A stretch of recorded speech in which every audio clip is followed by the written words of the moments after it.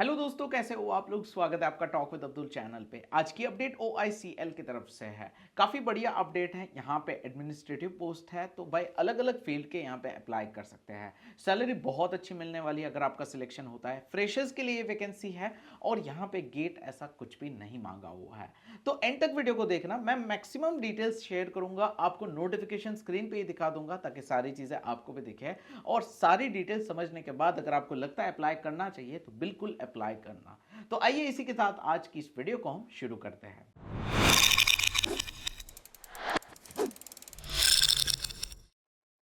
सबसे पहले तो आप इस वीडियो को लाइक जरूर से कर देना अगर आपको हमारी वीडियोस पसंद आती है। कोई दोस्त है तो उसको शेयर कर सकते हो। और हाँ, एक और चीज भाई, यहाँ पे चैनल को सब्सक्राइब कर लो ताकि कोई भी अपडेट मिस ना हो। तो सबसे पहले आपके सामने स्क्रीन पे नोटिफिकेशन आ रहा होगा जहां पे आप देख पा रहे होंगे ओरिएंटल इंश्योरेंस कंपनी। यहाँ पे जो है कंपनी का नाम है OICL और 100 पोस्ट है, मतलब 100 वैकेंसीज है जो यहाँ पे एडमिनिस्ट्रेटिव पोस्ट के लिए है। अलग अलग है, ऑफिसर्स है, स्केल 1 है। हम एक एक करके पोस्ट को भी देखेंगे। इंपॉर्टेंट डेट्स की बात करें तो ये ऑलरेडी शुरू हो चुका है। यहाँ पे 21 मार्च है और इसकी लास्ट डेट 12 अप्रैल है। आपके पास काफी टाइम है अप्लाई करने के लिए। नंबर ऑफ वैकेंसीज 100 है, तो इसका डिसिप्लिन वाइज का डिस्ट्रीब्यूशन जो है कुछ इस तरीके से इन्होंने दिया हुआ है। यहाँ पे एक एक डिसिप्लिन को हम देखेंगे और आपको यहाँ पे मैं बताऊंगा कि सैलरी वगैरह भी क्या मिल जाएगी। तो सैलरी और जो जरूरी चीज है वो इन्होंने डिस्प्ले की हुई है। जैसे कि यहाँ पे 4 साल का जो है आपको गारंटीड बॉन्ड जो है साइन करना रहेगा, जिसमें 1 साल का प्रोबेशन होगा, 6 महीने से 1 साल का, और बाकी 3 साल की आप सर्विस दोगे। अगर आप नहीं फुलफिल कर पाते हो तो 1 साल की सैलरी आपको देनी रहेगी। अब सैलरी क्या रहेगी, तो बेसिक पे 50,925 के करीब होगा और इसमें अलाउंस वगैरह जब हम ऐड करेंगे तो आपका अप्रॉक्सीमेटली 85,000 पर मंथ हो जाएगा, जो कि बहुत अच्छा है। बात करते हैं यहाँ पे एजुकेशनल क्वालिफिकेशन की, तो अलग अलग फील्ड के लिए, अलग अलग पोस्ट के लिए यहाँ पे क्वालिफिकेशन अलग मांगा है। जैसे कि अगर आप अकाउंट्स में अप्लाई करते हो तो बीकॉम विद 60% मांगा है, या फिर अगर आपने MBA किया हुआ है फाइनेंस में, पीछे ग्रेजुएशन कोई भी फील्ड में किया हो, फर्क नहीं पड़ता है, तो आप अप्लाई कर सकते हो। लेकिन अगर आपने सिर्फ बीकॉम किया है तो आप अप्लाई बिल्कुल कर सकते हो। और यहाँ पे और में कंडीशन है कि भाई अगर आपने chartered accountants from ICAI, cost and management account ICWAI ये आपने किया है तो आप यहाँ पे बिल्कुल अप्लाई कर सकते हो।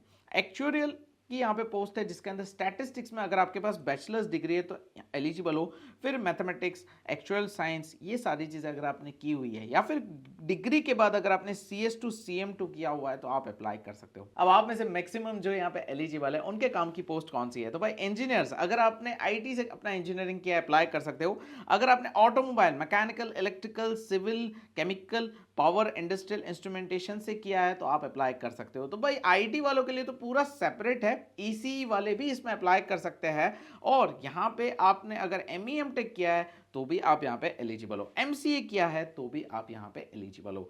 तो भाई यहाँ पे जो भी आप एलिजिबिलिटी क्राइटेरिया देख रहे हो, सबके अंदर एक कॉमन चीज़ है कि भाई आपका 60% होना चाहिए।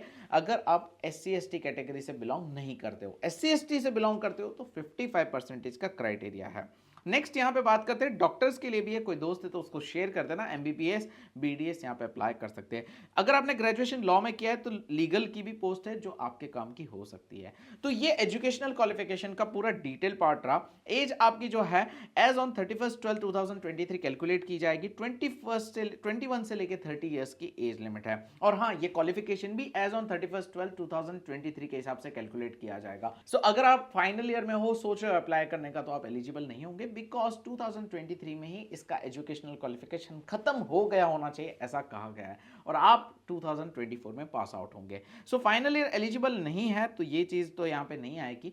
अब आते हैं सिलेक्शन प्रोसेस पे। तो सबसे पहले फेज 1 प्रिलिमिनरी एग्जाम होगी, जिसकी यहाँ पे आपको पैटर्न दिख रही है, इंग्लिश, रीजनिंग, क्वांटिटेटिव एप्टीट्यूड है। फिर इसका फेज 2 है जिसके अंदर अगेन यही सब्जेक्ट्स होंगे। ऑब्वियसली इसका लेवल इंक्रीज कर दिया जाएगा। अच्छा, आप यहाँ पे देख पा रहे होंगे कि ये जो है इंडिविजुअल ड्यूरेशन दिया हुआ है, मतलब ये IBPS SBI ये जो बैंकिंग पैटर्न है उसको यहाँ पे फॉलो कर रहे हैं। और आपकी जॉब भी कहीं ना कहीं इसके अराउंड ही रहेगी।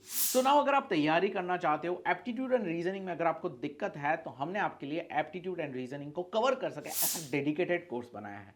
दूसरे सब्जेक्ट का क्या, तो उसके लिए हमने इसके अंदर स्पेशल नोट्स ऐड किए हुए हैं। जैसे कि आपका जनरल अवेयरनेस कवर हो जाएगा, कंप्यूटर कवर हो जाएगा, आपकी करंट अफेयर्स अच्छे से कवर हो जाएंगे, और 5000 GK क्वेश्चंस भी इसी में आपको मिल जाएंगे।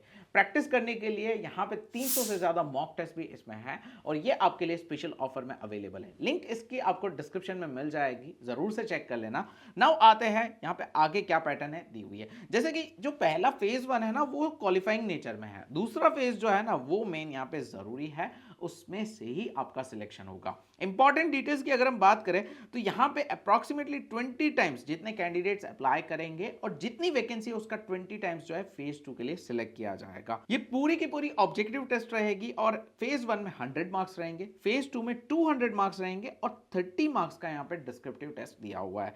तो पूरा अच्छे से आप सिलेक्शन प्रोसेस को समझ लेना और उसके बाद यहाँ पे अप्लाई करने के लिए आगे बढ़ना। यहाँ पे एग्जाम का जो टाइमिंग है, मतलब कब एग्जाम होने वाली है, वो टेंटेटिव मई या जून में दिया गया है। ये भी इन्होंने ऊपर के डेट एंड टाइम वाले टेबल में बता दिया है। और एक चीज, एग्जाम के अंदर नेगेटिव मार्किंग रखी है दोनों फेज के अंदर, तो 1/4 की नेगेटिव मार्किंग रहेगी, ये पेनल्टी है, ये स्टेटमेंट मेंशन किया हुआ है नोटिफिकेशन के अंदर। अब आते हैं फाइनल सिलेक्शन वाले पार्ट पे। तो फेज 3 में इंटरव्यू होगा जिसका यहाँ पे स्प्लिट 80-20 के हिसाब से दिया हुआ है।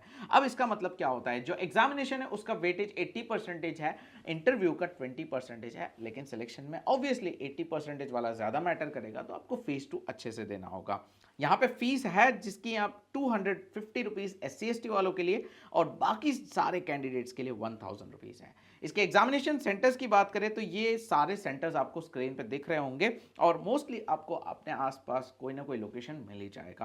फेज 2 के सेंटर्स थोड़े से कम है, आप देख पा रहे होंगे, ये फेज 2 के सेंटर्स है और आपको जो अप्लाई करना है वो ऑफिशियल वेबसाइट पे जाके अप्लाई करना रहेगा, फीस वगैरह वहीं से आपको पे करनी होगी।